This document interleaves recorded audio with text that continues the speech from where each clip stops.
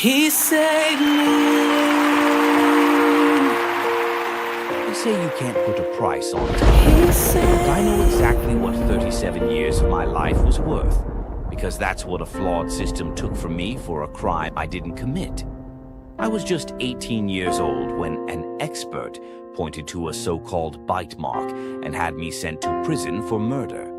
A bite mark that, as it turns out, wasn't a bite mark at all. This is my story, how the people who were supposed to protect me locked me away, and how I spent the next 3 decades fighting for my life from the inside. My name is Ernesto. I am a carpenter. I am 55 years old, living in Houston, Texas. It was August 1983, and I was an 18-year-old kid in Tampa, Florida. I was thinking about the future, cars, girls. My life was simple. But on August 19th, that all ended. The body of a young woman, Barbara Grams, was found behind a local dental office. She'd been brutally raped and murdered. The community was terrified, and the police were under a ton of pressure to make an arrest. So how did they land on me? Not with evidence. A local resident just pointed them in my direction, calling me someone who caused problems. Look, I'd been in some minor trouble, but I was no killer. I cooperated completely, thinking my innocence would be obvious. I let them take impressions of my teeth because I knew I had nothing to hide.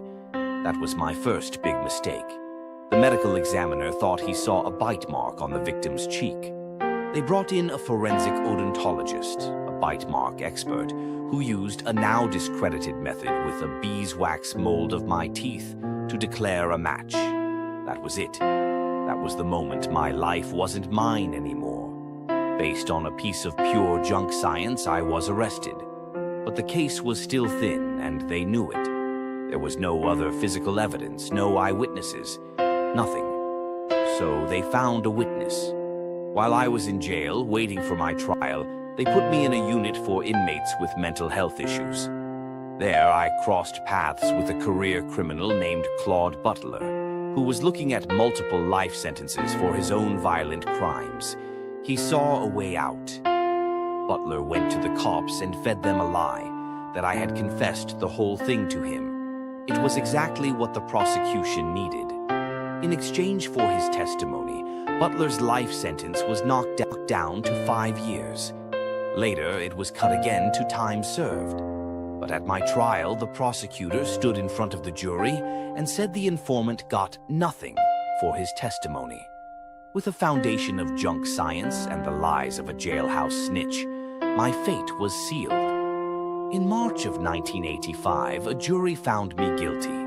They recommended a life sentence, but the judge overrode their decision and sentenced me to death, a practice that, thankfully, is no longer legal in Florida.